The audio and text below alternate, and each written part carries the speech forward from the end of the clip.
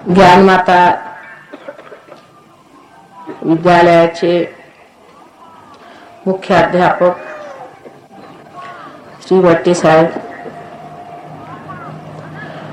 तसेच संगमनेरचे सर्व भाविक साधक सहयोगी मंडळी, सर्वांना आमचा प्रणिपात। आज विशेष करून फार क्षमा याचना करायची की इतका उशीर झाला, पण आजच एक प्रश्न उभा झाला आणि मला अहमदनगरला पहिल्यांदा जावं लागलं, त्यामुळे इथे यायला इतका उशीर झाला। तरी सगळ्यांनी उदार हृदयाने मला क्षमा करा। इतका वेळ आपण वाट बघत बसला, त्यावरून हे निश्चित आहे की आपण भाविक मंडळी आहात आणि आपण साधक आहात, परमेश्वराच्या शोधात आहात।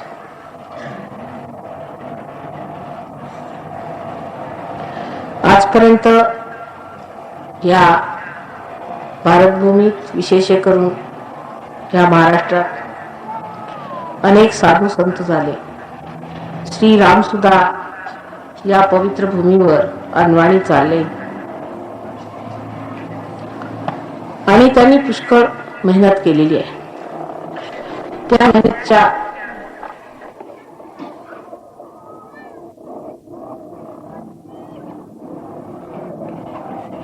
वर्णनाला माझ्याजवळ शब्द नाही।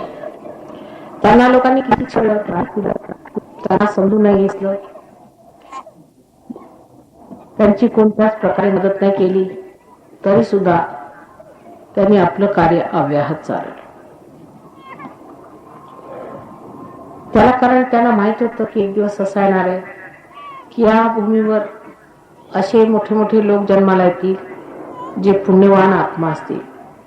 मनुष्य पैशाने मोठा होत नाही, यशाने मोठा होत नाही, सत्तेने मोठा होत नाही, कोणत्याही गोष्टीने मोठा होत नसतो, पण ज्या माणसाला परमेश्वराची ओढ आहे तोच खरा मनुष्य परमेश्वरी दृष्टीमध्ये मोठा असतो। आणि अशी परमेश्वराला शोधणारी अनेक मंडळी आहेत जी आपल्या महाराष्ट्र देशात विद्यमान आहे। परमेश्वर हा आपल्यामध्ये हृदयामध्ये आत्मास्वरूप असतो, असं सर्व संत साधूंनी सांगितलं। ती सर्व साक्षात्कारी मंडळी होती आणि साक्षात्कारी मंडळांचं मुख्य म्हणजे असं असतं की ते कोणची चुकीचं काम करत नाही, त्यांना सांगावं लागत नाही, त्यांच्यामध्ये धर्म जागृत असतो, ते धर्मातच असतात। त्यांना सांगावं लागत नाही की तुम्ही धर्म हा करा, असे वागा, तसे वागा, हे करा, ते करा, ते धर्मातच असतात। जे करतात तेच धर्म, जे करतात तेच सत्य।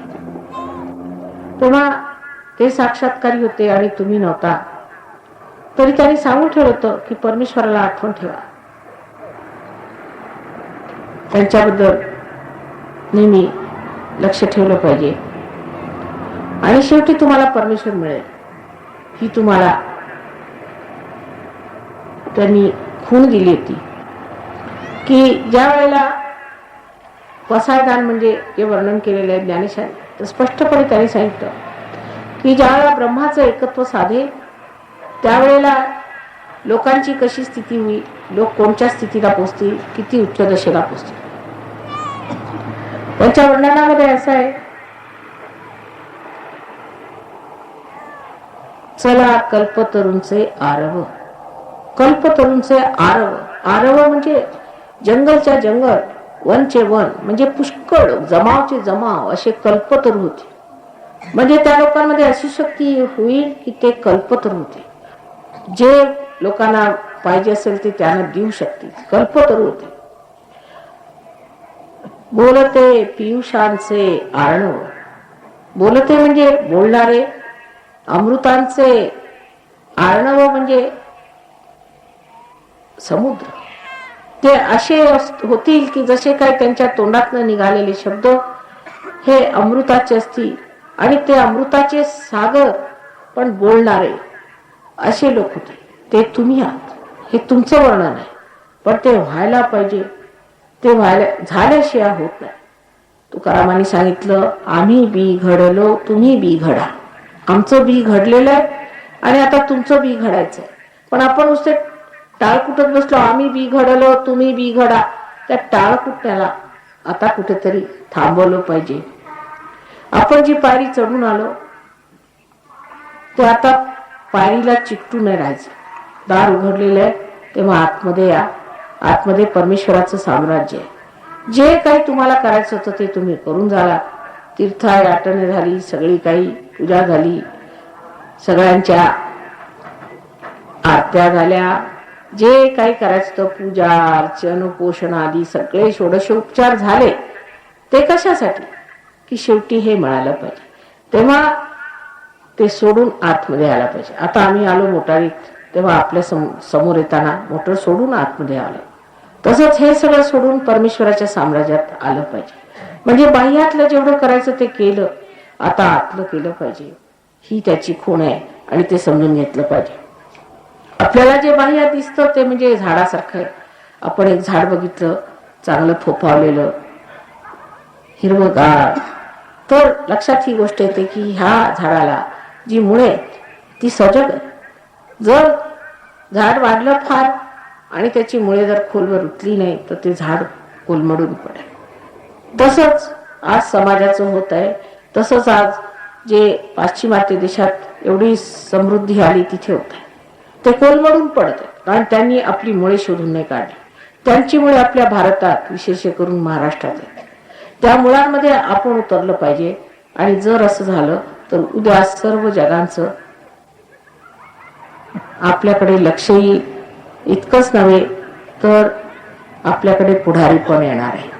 कारण हे जागतिक जेवढं काही करायचंय त्याच्यात ते पुढारी जरी असले तरी परमेश्वराच्या बाबतीत आपण पुढारी आहोत आणि आपला तो वारसा आहे. तो वारसा आपण मिळवला पाहिजे. तो वारसा जर आपण मिळवला नाही तर आपण फार मोठं गमावलं असं मी म्हणेन. त्या लहान मोठी अशी गोष्ट घेऊन काहीतरी खुलं घेऊन वाद घालत बसायचा नाही. त्यावेळेला सगळ्यांनी एकजूट होऊन आत्मसाक्षात्कार घेतला पाहिजे. ब्रह्माच्या एकत्वात उतरलं पाहिजे आणि जे रामदासांनी सांगितलं त्याप्रमाणे सर्वांनी मिटे वाद संवाद ऐसा करावा आणि एक मनाने सगळ्यांनी हा अनुभव घ्यावा. कारण ही जी कुंडलिनी आहे ही तुमची आई तुमच्यामध्ये हजारो वर्षापासून बसलेली आहे.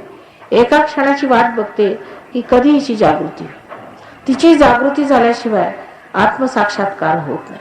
आणि जागृती सुद्धा एऱ्या गबाळ्याचे काम नव्हे. त्याला सुद्धा कोणीतरी अशी विशेष व्यक्ती लागते जी हे कार्य करू शकते. ते आज हजारोनी घटत आहे. हा महायोगच आहे. सहयोग आज महायोगाला पोचलेला आहे. तेव्हा या पावनगंगेत तुम्ही सुद्धा हात धुवून घ्या. हे सगळं तुझं आहे, तुझं पाशी. तेव्हा ते तुम्ही तुमचं घ्यावं. आम्ही मध्ये उगीच बसलेलो आहोत. खरं म्हणजे आमचं काहीच नाही. एखादा पेटलेला दिवा जर दुसऱ्या दिवाला पेटवतो तर त्याचं काय वैशिष्ट्य? काहीच. तसेच तुम्ही आता नुसते तयार आहात. तुमचा दिवा फक्त पेटवायची वेळ आलेली आहे. तो पेटवून घे. पण सहयोगात माणसं पार होतात. त्यांच्या डोक्यातून म्हणजे ब्रह्मरंगातून थंड थंड असे गार वारे येतात. हातात सुद्धा सगळीकडे गारगार वाटू लागतं. आणि ही जी चैतन्य शक्ती ब्रह्मशक्ती जी सर्व जिवंत कार्य करते, जी परमेश्वराची जिवंत शक्ती आहे, जिवंत परमेश्वराची जी जिवंत शक्ती आहे ती हाती जरी लागली तरी थोडीशी त्याच्याकडे खबरदारी घ्यावी लागते. जसं एखादं लहानसं अंकुर फुटतं पण ते सांभाळावं लागतं, जपावं लागतं. सुरुवातीला फार जपावं लागतं आणि ते जपल्यानंतरच त्याचे मोठे वृक्ष होतात. म्हणून सुरुवातीला थोडी मेहनत घ्यावी लागते. आज संगमनेरला बरेच दिवसात माझं येणं झालं पण तशी मी इकडून पुष्कळदा गेलेली आहे आणि पुष्कळदा वाटत असे की एकदा संगमनेरला सुद्धा जर प्रोग्राम केला तर बरं होईल. कारण साईनाथांचं जवळच वास्तव्य राहिलेलं आहे.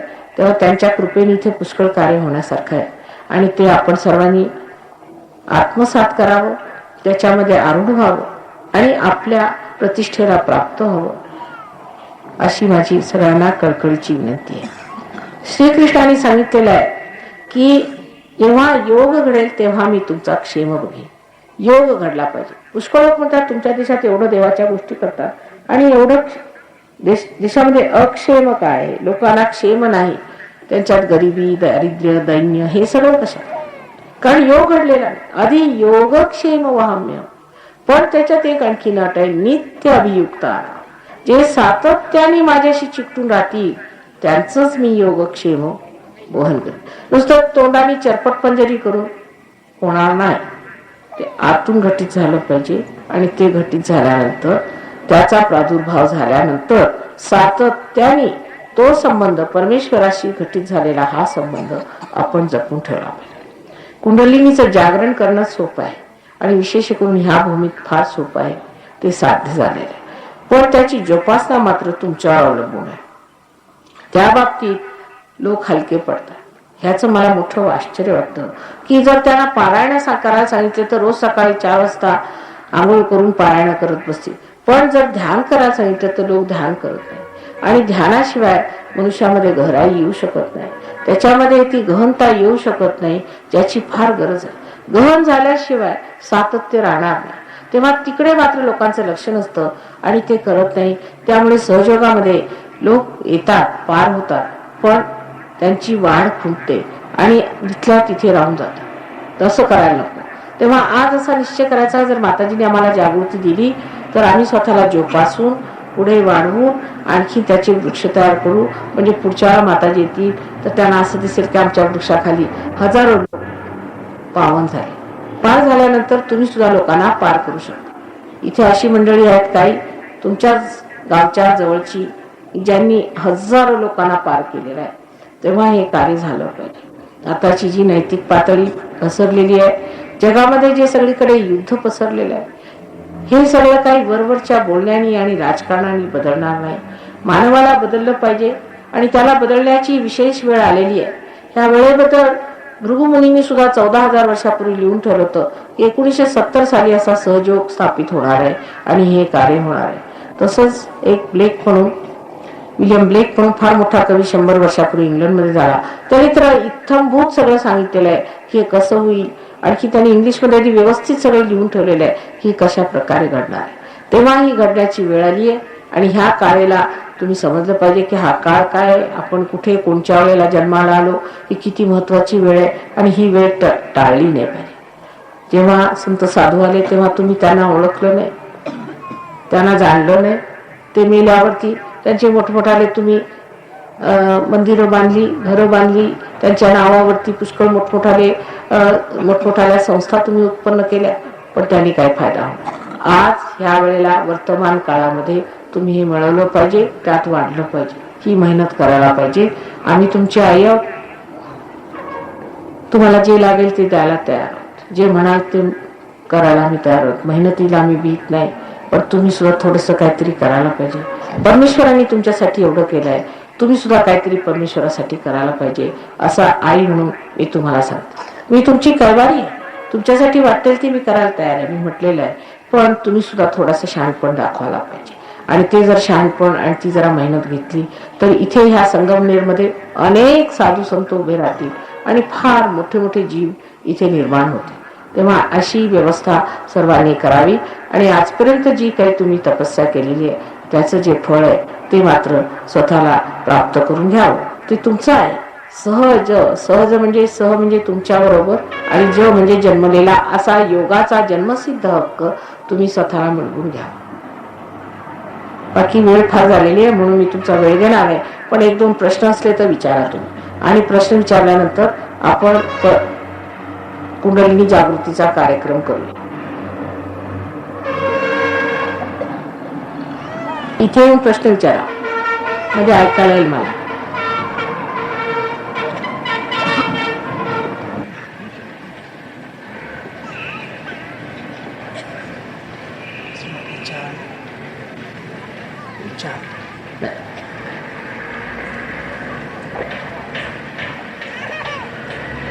आहे का प्रश्न? असला तर विचारा.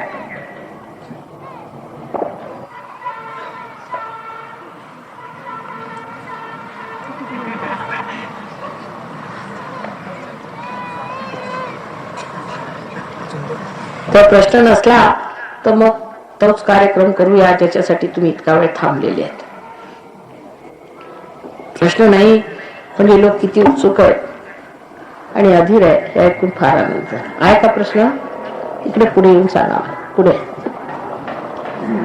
वरती.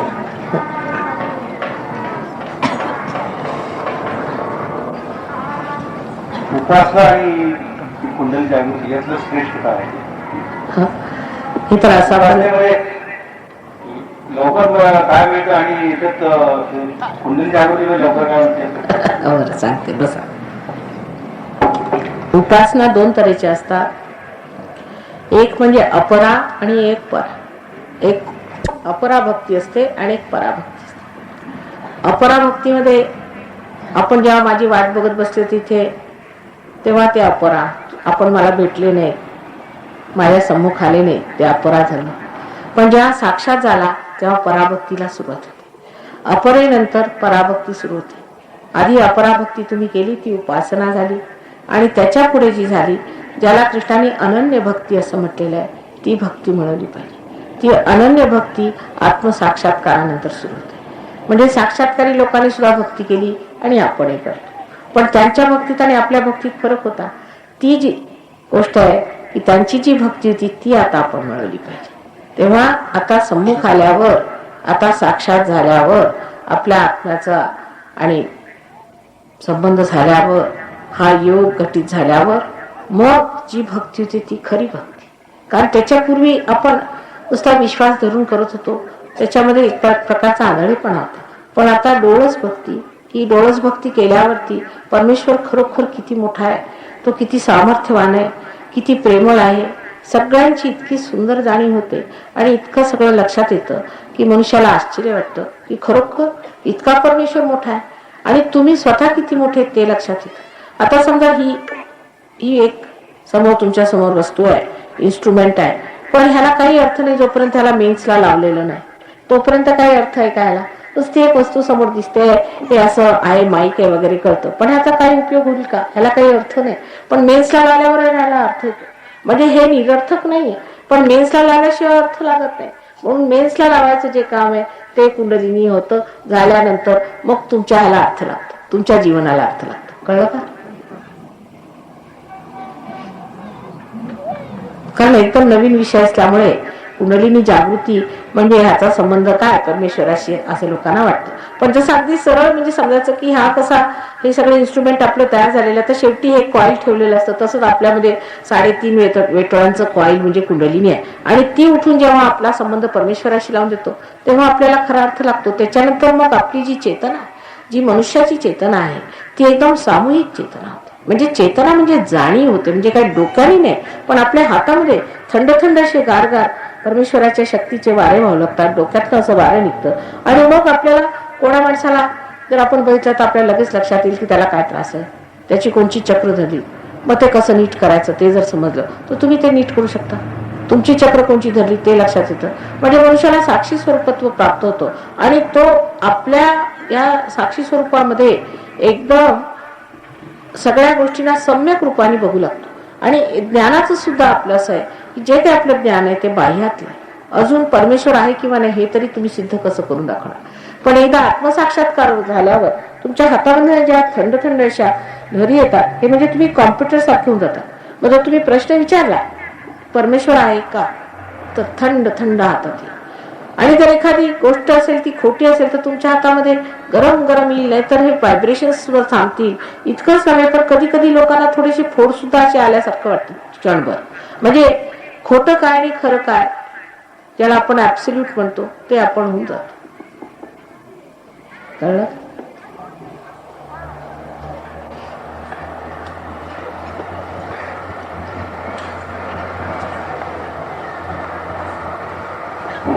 इथे देव नाही असं म्हणतात सगळे, तर मग या गोष्टी सगळ्या शास्त्रानुसार शिकवतात. तर या देवाचा आकार कोणी निर्माण केला? देवाला कोण निर्माण करणार, जो सर्वांचा निर्माण करणार आहे. आणि देवने असं म्हणणारे लोक सुद्धा आंधळे, त्यांचं काही आपण वाईट नाही वाटून घेतलं पाहिजे. देव आहेत म्हणणारे तेही तसेच वागतात, देव नाहीत म्हणणारे तसेच वागतात. तेव्हा कोणाचं आपण वाईट नाही वाटून घेतलं पाहिजे. कारण देवाला सिद्ध केल्याशिवाय सुद्धा लोक मानत नाही, म्हणून देवाला सिद्ध केलं पाहिजे. आणि देवाला निर्माण करणारा कोण आहे, जो सर्वांचा निर्माण करताय, त्याला कोण निर्माण करणार?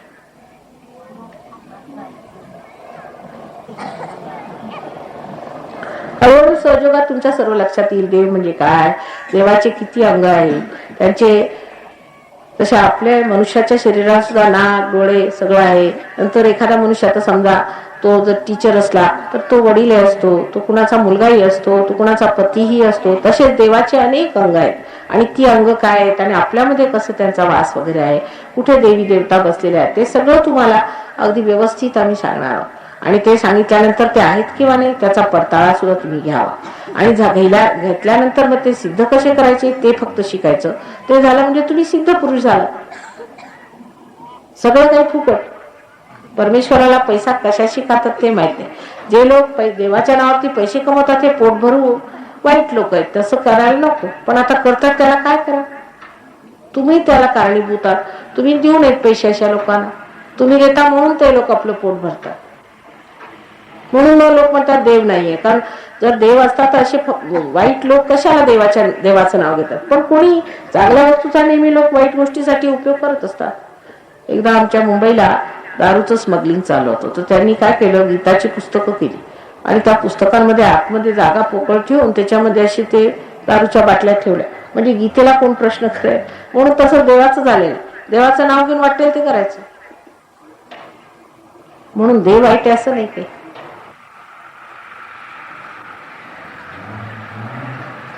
आता आणखी काय,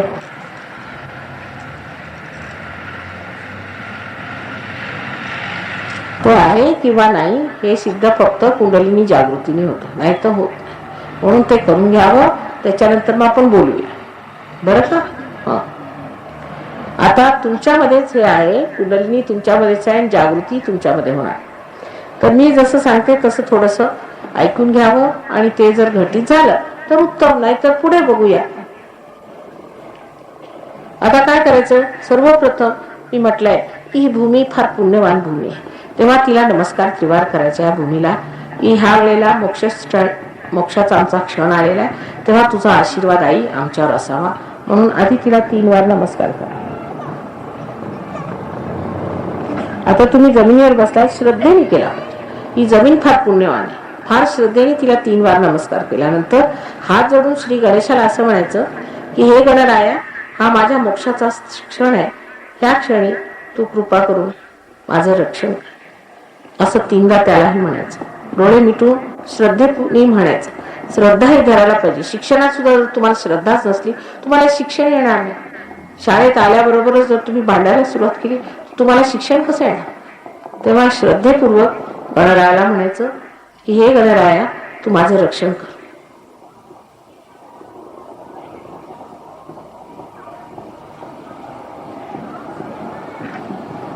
अशी प्रार्थना झाल्यानंतर सगळ्यांनी डोक्याच्या टोप्या वगैरे काढून ठेवायच्या. कारण ब्रह्मरंध्र हे डोक्याच्या इथे आहे. दुसरं असं की आम्ही आई आहोत, आम्ही काय अंमलदार नाही आहोत, आमच्या समोर टोप्या कशाला घ्यायच्या. आम्ही आपल्याच आहोत ना. आईजवळ आपण कसं खुलं बसतो, काय तिच्याशी आडपडदा नसतो, तसं अगदी खुलं बसायचं. विश्वास ठेवू, आरामाने स्वतःवर विश्वास ठेवला पाहिजे की हे आम्हाला होईल, नक्की होईल, अशी आशा धरून बसायचं. आता चष्मे सुद्धा काढून ठेवले बरे, कारण यांनी डोळे सुद्धा बरे होतात. आणि दोन्ही हात माझ्याकडे असे ठेवायचे. मांडीवर आरामात, अगदी आरामात बसायचे आणि डोळे मिटून घ्यायचे. डोळे उघडू नका, डोळे अगदी उघडायचे नाहीत काय असले तरी. आणि डोळे मिटून घ्या व्यवस्थित. मी जेव्हा म्हणेन तेव्हाच डोळे उघडायचे. फक्त एवढं केलं की झालं. मग मी सांगते पुढचं काय ते.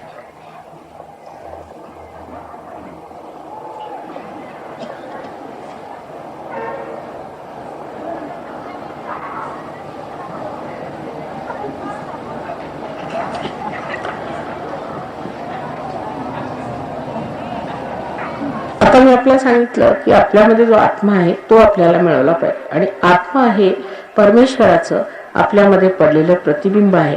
तो साक्षी स्वरूप सगळं बघत असतो, पण आपल्या अजून चित्तात आलेला नाही. म्हणून डावा हात माझ्याकडे करायचा. डावा हात ही इच्छा शक्ती आहे. म्हणून माझ्याकडे डावा हात सारखा ठेवायचा.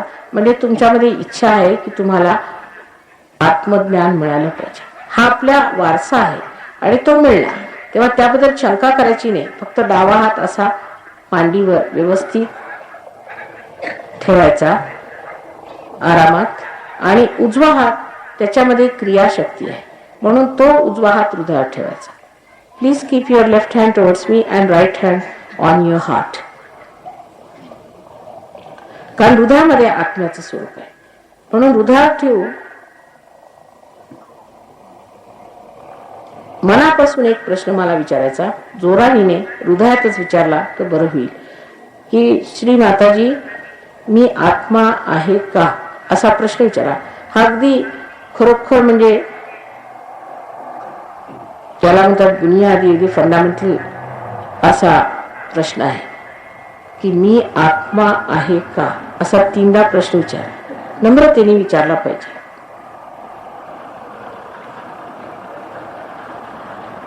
कारण तुम्ही आहात, पण आधी प्रश्न विचार.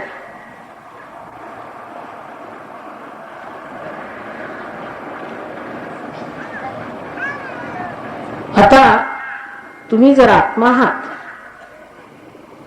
तर आत्मा तुमचा गुरु सुद्धा आहे, आणि म्हणून हा उजवा हात खाली पोटावर ठेवायचा, डावीकडे सगळं काम डावीकडे. डावा हात सारखा माझ्याकडे सतत ठेवायचा आणि उजवा हात डावीकडे पोटावर ठेवून परत प्रश्न विचारायचा की जर मी माताजी आत्मा आहे तर मीच माझा गुरु आहे का, श्री माताजी मीच माझा गुरु आहे का, असा 3दा प्रश्न विचारा.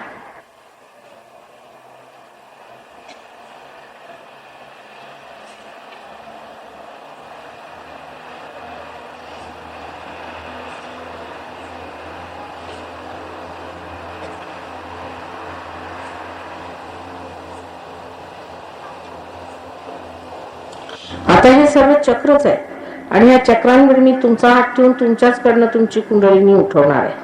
आता हा उजवा हात खाली ओटीपोटावर ठेवायचा.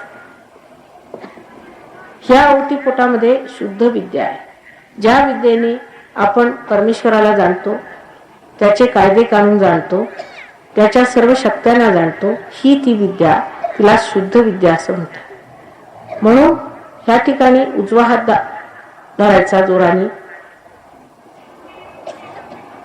आता एक गोष्ट आहे की तुम्ही मनुष्याला परमेश्वराने स्वतंत्र केलं, किंवा त्याला जर पूर्णपणे स्वतंत्र करायचं असलं तर त्याला पहिल्यांदा त्याची स्वतंत्रता वापरता आली पाहिजे.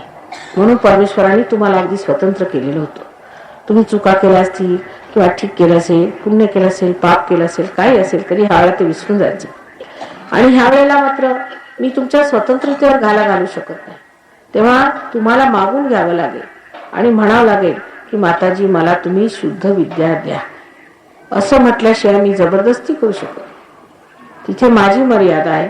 म्हणून आपण असं म्हणायला पाहिजे, माताजी कृपा करून मला तुम्ही शुद्ध विद्या द्या. असं 6दा म्हणा. ह्या चक्रामध्ये 6 पाकळ्या आहेत, म्हणून तुम्हाला म्हणायचं माताजी मला तुम्ही शुद्ध विद्या द्या, कृपा करून तुम्ही मला शुद्ध विद्या द्या. Please put your hand on your stomach on the Swadhisthana and please ask for the Shuddha Vidya.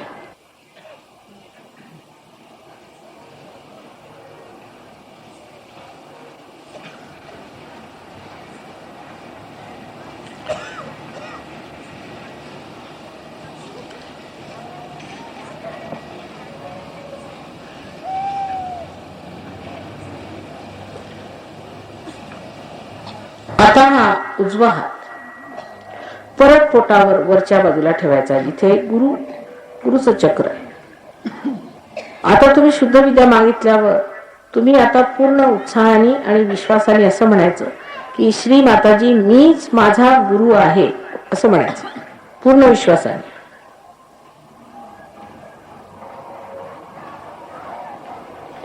असं 10दा म्हणायचं, श्री माताजी मीच माझा गुरु आहे.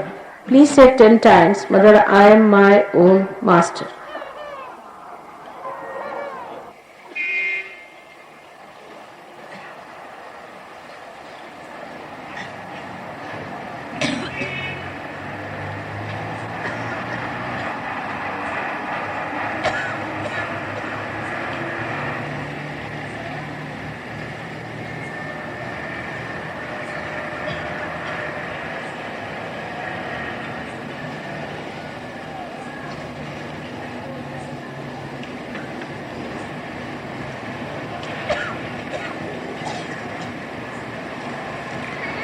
आता हा हात वरती परत हृदयावर ठेवायचा.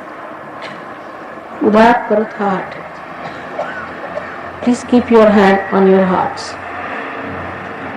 या ठिकाणी आता परत तुम्ही पूर्ण विश्वासाने म्हणायचं की मी माताजी मी आत्मा आहे, असा पूर्ण विश्वासाने म्हणायचं. माताजी मी आत्मा आहे. Please say here with full confidence, mother I am the spirit. कृपया पूर्ण विश्वास से हृदय पे हाथ रख करके 12 मर्तबा कहिए कि मैं आत्मा हूं. 12दा म्हणायचं. प्लीज से 12 टाइम्स प्लीज.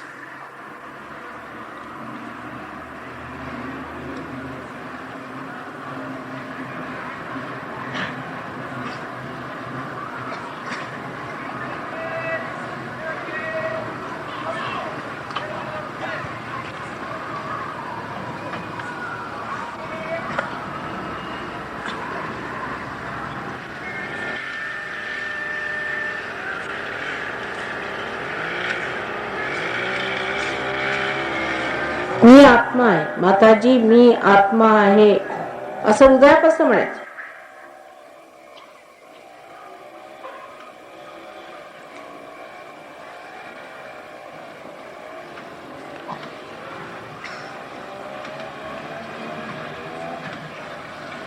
आता हा उजवा हात खांद्यावर ठेवायचा, मानेच्या जवळ खांद्यावर ठेवायचा. हे चक्र फार धरतं आपल्या महाराष्ट्रात. म्हणजे मी फार वाईट, मी पती, मी अमुक, मी तमुक, सकाळपासून संध्याकाळपर्यंत आपण आपल्याला कमी लेखत असतो. जर तुम्ही आत्मा आहात तर तुम्ही निष्पाप आहात, शुद्ध आहात, निर्दोष आहात. ह्या ठिकाणी हा हात ठेवून म्हणायचं श्री माताजी मी आत्मा आहे आणि मी निर्दोष आहे, असं 16दा म्हणा. श्री माताजी मी आत्मा आहे आणि मी पूर्णपणे निर्दोष आहे, असं म्हणा. पूर्ण विश्वासाने म्हणायचं. त्याबद्दल शंका करायची नाही. कसंही पाहिलं तर परमेश्वर हा आनंदाचा सागर आहे, सुखाचा सागर आहे, दयेचा सागर आहे, पण सर्वात मुख्य म्हणजे क्षमेचा सागर आहे. म्हणून तुमची अशी कोणतीही चूक होऊ शकत नाही की त्याच्या क्षमेच्या सागरामध्ये क्षमस्व होणार नाही.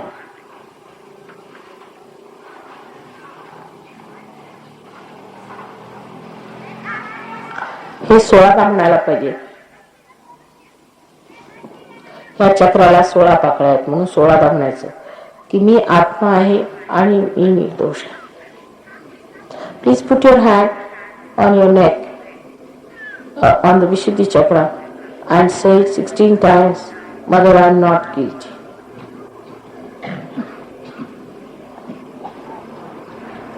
सोलह मर्तबा अपने गर्दन के पास हाथ रख करके आप कहिए कि माँ मैं निर्दोष हूँ. 16 मर्तबा कहिए.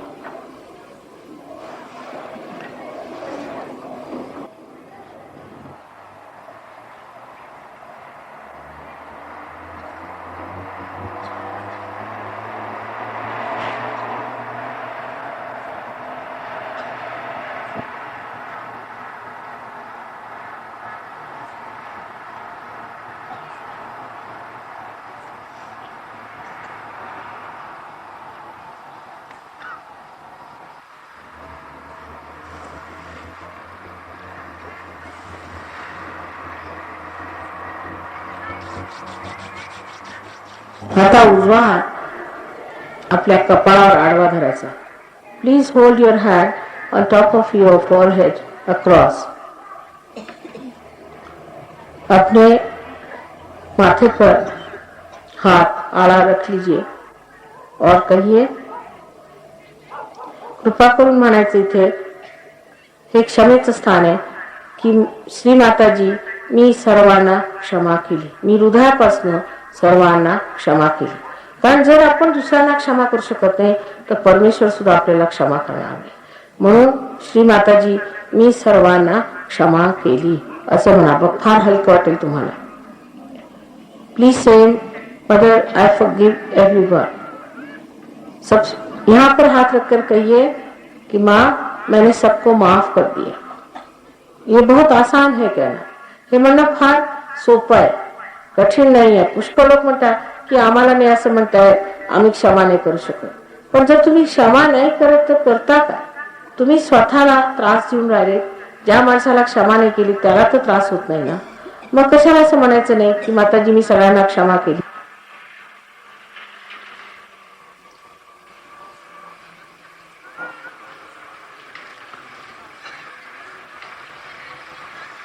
पूर्ण हृदयाने म्हणायचं।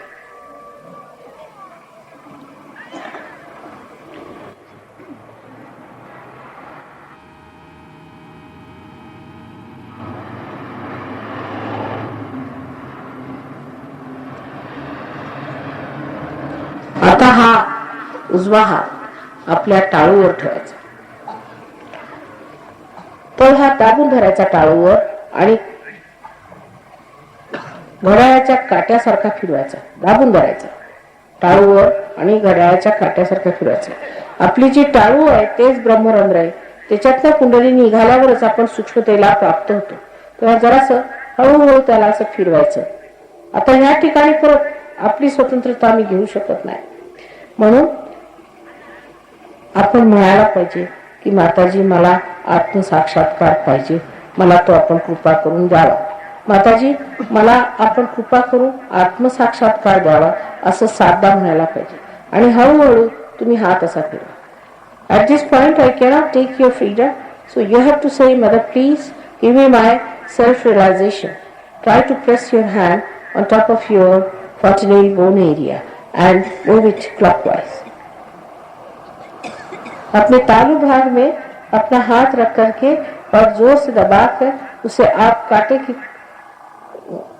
घड़ी के कांटे जैसे घुमाइए और उस वक्त आप कहिए कि माँ मुझे आप आत्म साक्षात्कार दीजिए, क्योंकि मैं आपकी स्वतंत्रता छीन नहीं सकती।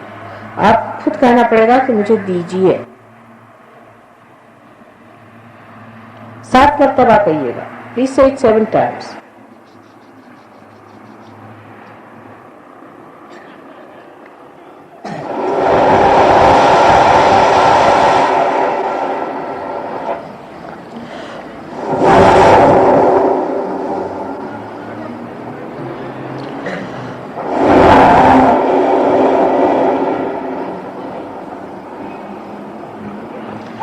आता हा हात खाली ठेवायचा, डोळे उघडू नये। हा हात खाली, जसा डावा हात ठेवला होता तसाच उजवा हात ठेवायचा। आणखी डावा हात आता डोक्यावर ठेवायचा, टाळू ठिकाणी, आणि तसाच फिरवायचा।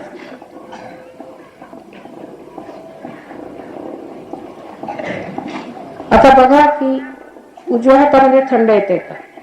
Please put your right hand on your lap and left hand on your head and just try to press it the way you have done before and see if there is cool coming in your right hand.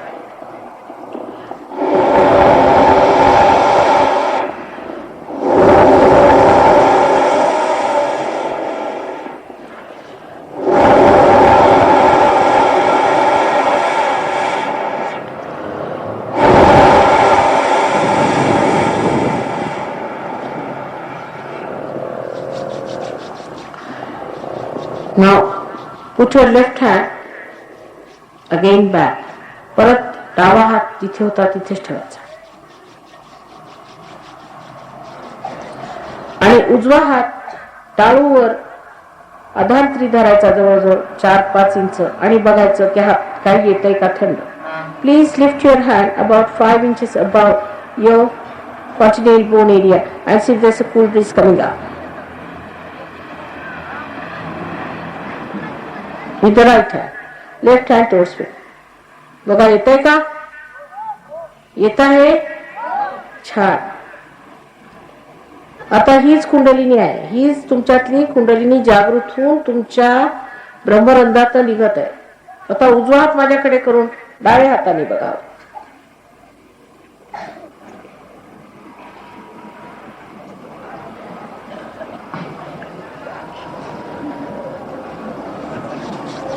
आता एक आणखी संतुलनासाठी करायला पाहिजे की सगळ्यांनी डोळे उघडायचे पण विचार नाही करताना हे केलं पाहिजे. डावा हात माझ्याकडे करायचा पण विचार नाही करायचा. माझ्याकडे बघा विचार न करताना. डावा हात माझ्याकडे आणि उजवा हात जमिनीवर ठेवायचा. जमिनीवर म्हणजे जमीन जी आहे पृथ्वी तत्व तुमच्यातलं जे काही तमोगुणी असेल ते ओढून घेईल. डावा हात माझ्याकडे आणि उजवा हात जमिनीवर ठेवायचा हे तमोगुणाला ओढण्यासाठी.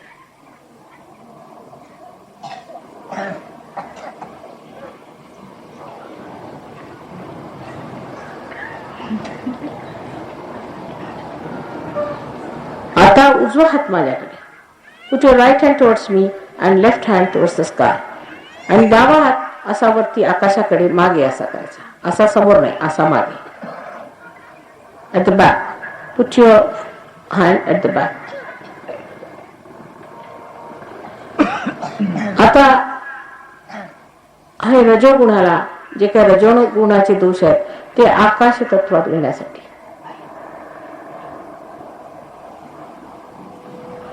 हळूहळू हातात थंड थंडी वाटू लागेल पण विचार नाही करायचा. माझ्याकडे बघताना विचार नाही करायचा. निर्विचारिता तुमच्यात आलेली आहे तेव्हा विचार नाही करायचा. पुष्कळांचं डोकं भारी आहे. त्यांनी असं म्हणावं माताजी माझ्या डोक्यात या. कारण डोकं सुद्धा भारी अशाने होतं की थोडासा विश्वास पाहिजे ना माझ्याबद्दल तरी. तुम्ही एवढी मोठी गोष्ट मागायला आलात. जर समजा तुम्हाला तुमच्या प्रोफेसर मध्ये विश्वास नसला तर तुम्हाला कशी विद्या येणार. काही मला तुमच्याकडून नको आहे तेव्हा विश्वास करायला काही हरकत नाही.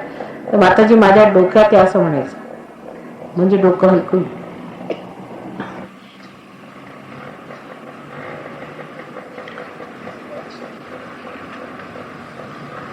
आता दोन्ही हात माझ्याकडे. दुसरी गोष्ट अशी की तुमचे पुष्कळ सगळ्यांची कुलदेवता आहे, देवता आहेत, त्यांना तुम्ही मान्य करता पण ते तुमच्या समोर साक्षात आले तुम्ही ओळखू शकत नाही आणि तिथेच रुकावट होऊन जाते. तर आता शक्ती एकच असते. आम्ही असो किंवा साईनाथ असो किंवा राम असो कृष्ण असो शक्ती एकच असते.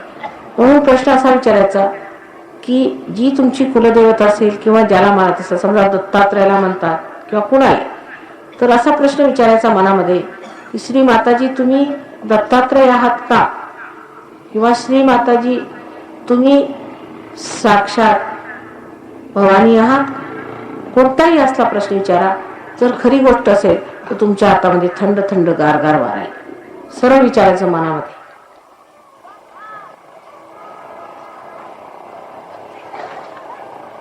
त्या बाबतीत मला भीती वाटत नाही आणि तुम्ही विचारायला कचरायचं नाही.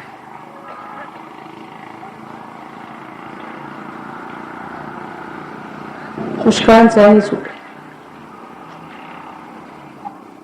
ज्यांची तुम्ही उपासना केली ते तुम्ही साक्षात आहात का असं विचारायचं.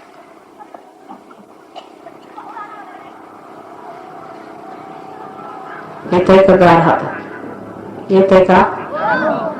बर. आता दोन्ही हात असे वर.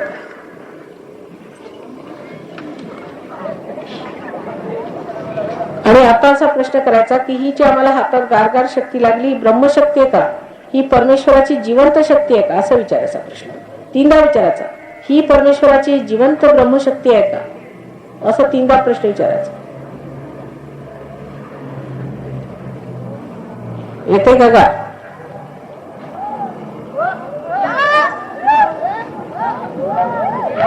बरं बरं ओरडायचं नाही शांतपणे. भले तुम्ही पार झाला. तुम्ही पार झाला. ज्यांच्या हातात आलं ते पार झाले. आता पार झाले म्हणजे हातातली शक्ती जर आपण वापरली नाही तर कसं कळणार.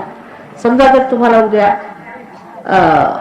आम्ही लंडनचे पैसे दिले तर तुम्हाला त्याची किंमत काय करणार जोपर्यंत तुम्ही बाजारात जाणार नाही.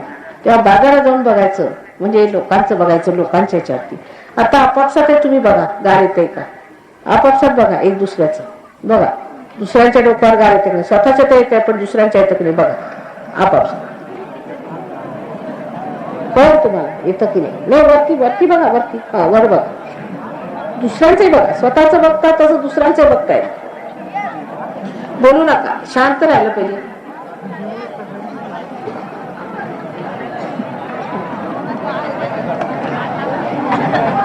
ती वापरायची कशी शक्ती ते शिकलं पाहिजे आणि ती कशी वापरायची त्याच्यासाठी आमच्याजवळ पुस्तकं वगैरे आहेत, ती तुम्हाला पाठवू आम्ही. तसंच माझ्या फोटोमध्ये सुद्धा चैतन्याच्या लहरी आहेत. ही आश्चर्याची गोष्ट आहे की फोटोमध्ये सगळ्या चैतन्याच्या लहरी आलेल्या आहेत. तेव्हा तुम्हाला आम्ही फोटो सुद्धा देऊ आणि त्या फोटोचा उपयोग कसा करायचा ते तुम्ही जरा शिकून घेतलं पाहिजे. आणि त्या फोटोकडे ध्यान लावायच्या वेळेला असं आता जसं तुम्ही डावा हात ठेवला आधी तसा डावा हात ठेवून जमिनीवर ठेवायचा, एक दिवा ठेवायचा. उजवा हात ठेवताना दिवा नको, त्यावेळेला पाणी ठेवायचं. जर तुमच्या डाव्या हातात जास्त येत असलं तर उजवा हात ठेवायचा. ज्या हातात येत नाही तो हात फोटोकडे करायचा. आणखी त्याच्या समोर ज्या वेळेला तुम्ही आकाश तत्व लावाल तेव्हा दिवा ठेवायचा नाही, पण ज्या वेळेला पृथ्वी तत्वाची तुम्हाला मदत लागेल म्हणजे डाव्या हातात कमी येईल तेव्हा दिवा ठेवायचा. आणि जेव्हा आकाश तत्वाचं असेल तेव्हा पाणी पायाखाली ठेवू, त्याच्यात थोडंसं मीठ घालून 5 मिनिटं बसलं की एकदम स्वच्छ वाटेल झोपायच्या आधी. तर आपण कोण आहोत ते पाहिलं पाहिजे. आपण रजोगुणी आहोत की तमोगुणी आहोत. जर आपल्या हातामध्ये डाव्या हातात येत नसलं तर आपण तमोगुणी आहोत आणि जर उजव्या हातात येत नसलं तर आपण रजोगुणी आहोत असं धरलं पाहिजे. आणि तसाच आपलं जो हात आपला ज्याच्यात येत नाही तो हात फोटोकडे करायचा.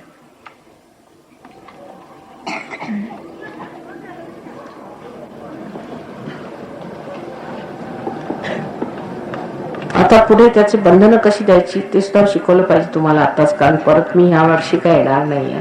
तर फार सोपं काम आहे की स्वतःला बंधन कसं द्यायचं आणि कुंडलिनी जागृत कशी करायची स्वतःची. आता तुमची जी कुंडलिनी आहे ती आता वर आली पण परत ती खाली पडण्याची संभावना असते. कारण जर तुमच्या दोष असले, तुम्हाला काय आजार असला काय असला तर तिथे कुंडलिनी परत जाते आणि तिथे ती बघते. कारण ती तुमची आई आहे ना, तर ती सगळं ठीक करायच्या मागे असते, तेव्हा तिची मदत केली पाहिजे.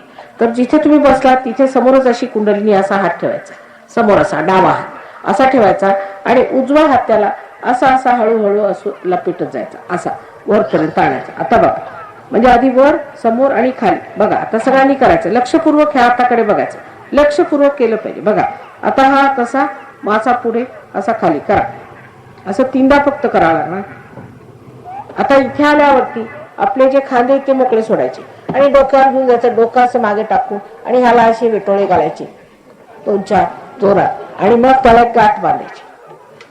परत हा तसा ठेवायचा, हा तसा असा फिरवत जायचा, असा फिरवत असा परत वर आणायचा, परत खांदे मोकळे सोडायचे, डोकं वर घ्यायचं, परत एकदा अशी गाठ बांधायची आणि सोडायची. तिसऱ्यांदा 3 गाठी म्हणजे निर्गाठ होते.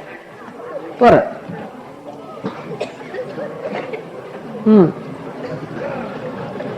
परत मागे असा खांदा सोडून 1 गाठ, परत विटोळे घालायचे, 2 गाठ, परत विटोळे घालायचे, 3 गाठ. आता हे झाल्यानंतर स्वतःचं जे काय प्रकाश बाहेर आहे त्याला आपण बंधन घेतलं पाहिजे. त्याला कवच असं म्हणतात.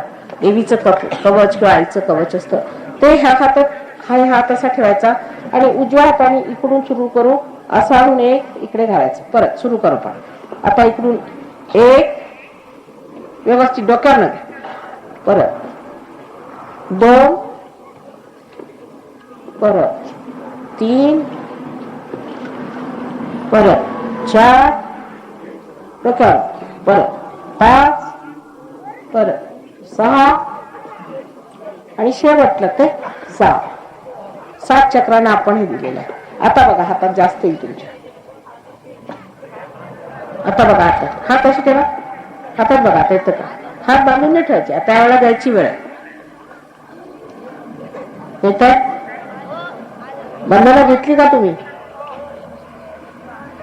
म्हणजे बाहेरची कोणची वाईट शक्ती तुम्हाला नाश करू शकत नाही. याचा अर्थ असा, तुम्ही स्वतःच्याच हाताने स्वतःलाच बंधनं घेतलेली आहेत.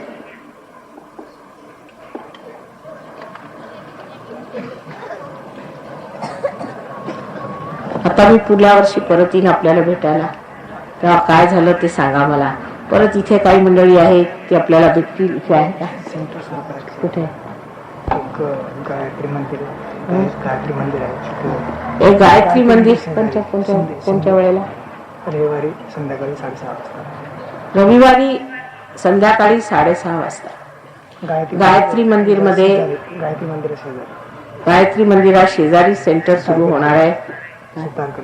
सुतारकर म्हणून आहे, सुतार गल्ली मध्ये. तिथे त्यांच्याकडे त्यांनी विनामूल्य त्यांनी विनामूल्य हॉल दिलेला आहे आणि त्यांच्याकडे ह्याचं सेंटर सुरू होणार. आता